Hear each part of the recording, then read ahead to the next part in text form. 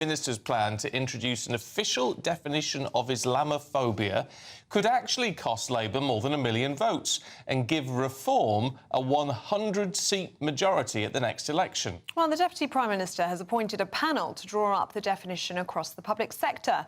That's despite warnings that it could stop politicians speaking up about Asian grooming gangs. Let's talk to former Conservative advisor James Price. James, good morning to you. I mean, in a sense, shouldn't something be done if it's a growing problem? Well, I think that the real problem here with this idea of Islamophobia as a definition at all, there was an all-party parliamentary group about 8 years ago that tried to come up with this, and it said all kinds of things that I think most people would find pretty difficult to stomach. It would be Islamophobic to say that the religion of Islam was, quote, spread by the sword. Well, of course, you go and look at the history of how Islam spread. That's exactly what happened. The Kingdom of Saudi Arabia is so proud of that fact they've got a sword on their flag. So from historical bits like that, it's very difficult. And, of course, if you're a Christian or if you're an atheist or whatever it may be, you will disagree with the sorts of metaphysical claims about Islam, about, you know, what they say about what happened with Muhammad or what how the universe was created and various laws and things like that. And you should be allowed in a modern society to have those kinds of debates, whether it's about history, whether it's about religion or any of these other elements. And, of course, it's undeniable that it is having a big impact on British culture and Western culture in general, with a very rapid increase of people who have very different ideas about how society should be ordered. And to gag that, I think, is going to further increase the kind of social broiling resentment that we're starting to see in Britain today. Why, then, has the government appointed this panel? Why are they seeking this official definition of Islamophobia if we look at this poll, it's going to be so politically damaging to them? Well, I think it's purely about the politics. You're exactly right there. It's purely about the politics. Don't forget the law of unintended consequences is the most powerful law, I think, in all of nature. But the reason they want to do this is purely to get the votes or keep the votes of large Muslim communities in Britain. Angela Rayner's going to lose her seat at the next election, so is Wes Streeting, so are many other Labour frontbenchers to more, we're calling at the moment, Gaza independents, or people from these Muslim communities who realise they don't need to piggyback on the Labour Party to get what they want anymore, and so they'll start their own parties. We've got 4 or 5 MPs like that already now, and that number's only going to grow, and Labour are terrified that that's going to really hurt them. You can understand, though, the idea that this would actually boost support for reform, actually, when you think about it, is not that surprising. Is it because why have a rule like this for the Muslim faith when you don't have one for any other faith in this country, including Christianity, which is meant to be the faith of the nation? It's a very, very good question. And unfortunately, it boils down to the fact that Christians aren't going around threatening violence if their God is mocked. Of course, the Christian God was tortured and killed on a cross, and therefore, you know, people in Christianity are very comfortable or okay with this idea because, of course, he then goes on to defeat death and comes back. But we've seen across the world for many, many years now, it was 20 years ago, there was a horrible terrorist attack on the streets of London caused by people doing it in the name of Islam. And you could have a debate about whether that was good Islam or bad Islam or faithful or not, but you should be able to have that debate. And it's undeniable that I think that a rapid rise of Muslims in this country are causing big changes. Those MPs I just mentioned are already calling for blasphemy laws, just for Islam, not for others.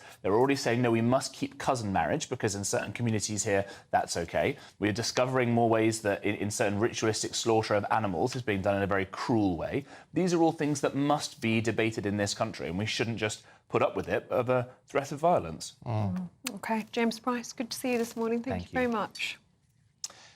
At 7:13, let's have a look at some other key stories this morning. And at least 93 Palestinians have been killed and dozens more injured on Sunday after UN aid trucks were mobbed in northern Gaza. Now, the UN World Food Programme said its convoy came under gunfire after crossing from Israel. As massive crowds of starving civilians tried to reach the aid, the Israeli Defense Force says troops fired warning shots to remove an immediate threat, but insisted it did not target humanitarian aid. The Football Association is in contact with the police after Lioness Jess Carter revealed she's experienced racial abuse throughout the Euros.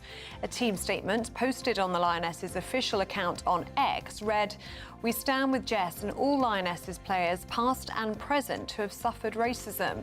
Meanwhile, the England team said they won't take the knee before Tuesday's semi-final against Italy, saying it's clear that football needs to find another way to tackle racism. 6 people have been arrested during the latest protest outside a hotel used to house asylum seekers in Essex. Bottles and smoke flares were thrown towards police vehicles during the demonstration, which saw more than 1,000 people gathered at the site of the Bell Hotel in Epping. The disorder followed the arrest and charge of an asylum seeker last week on suspicion of alleged sexual assaults.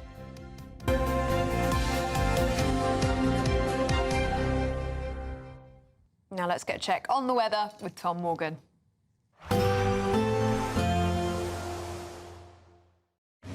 Even though we'll see a cloudy start, it'll be a bright outlook for the rest of the day. Boxed Solar, sponsors of weather on GB News. Good morning and welcome to your latest GB News weather forecast from the Met Office. Monday's going to be another day of heavy downpours, and for some of us, particularly in Northern Ireland, a very wet day is possible with some more persistent spells of heavy rain. And we do have a weather warning in place through much of today across eastern parts of Northern Ireland, with this slow-moving band of rain not moving anywhere too quickly. Quite a lot of rain across parts of Wales and the southwest as well, and there is a thunderstorm warning further east across many eastern parts of the UK, so a mixture of sunny spells and heavy downpours here, perhaps some hail and lightning mixed in as well, and some gusty winds. But in between the showers, temperatures into the mid-20s, so feeling pleasantly warm in any sunshine. As we move into this evening, then, we will focus our attention across western parts of Scotland and parts of Northern Ireland. So it's here where we're likely to really see that persistent rain lingering through much of the day and leading to a difficult commute home for some of us. So some water on the roads, some flooding potentially in places too. Further east, it's where we've got the brightest skies and some sunshine, but also some heavy downpours as well, some hail and thunder mixed in. Generally cloudy and more showery across the southwest of the UK, but still some heavy downpours possible here too. Now, as we move through into this evening and overnight, generally speaking, in the east the showers will tend to fade away and there will be some clear spells. But out towards the west, we see some longer spells of rain, courtesy of that weather front, and that's going to be pushing their way further eastwards as we go through the early hours. Temperatures, though, holding up in the mid-teens Celsius, so a fairly warm night for many of us. So some early morning sunshine for some favoured eastern areas, particularly East Anglia on Tuesday morning, but for most of us it's going to be a fairly cloudy day. Not as unsettled as it has been of late, but nonetheless there will be some showers around, some longer spells of rain for western Scotland and northwest England, but the showers are not as intense as they have been of late, and some southern and eastern areas will stay generally dry, albeit fairly cloudy, and in any brightness it should feel pretty warm with temperatures into the mid-20s. Expect a warm front, moving from the kitchen right through to the rest of the house. Boxed Boilers, sponsors of weather on GB News. Good afternoon, Britain isn't just about us. The wonderful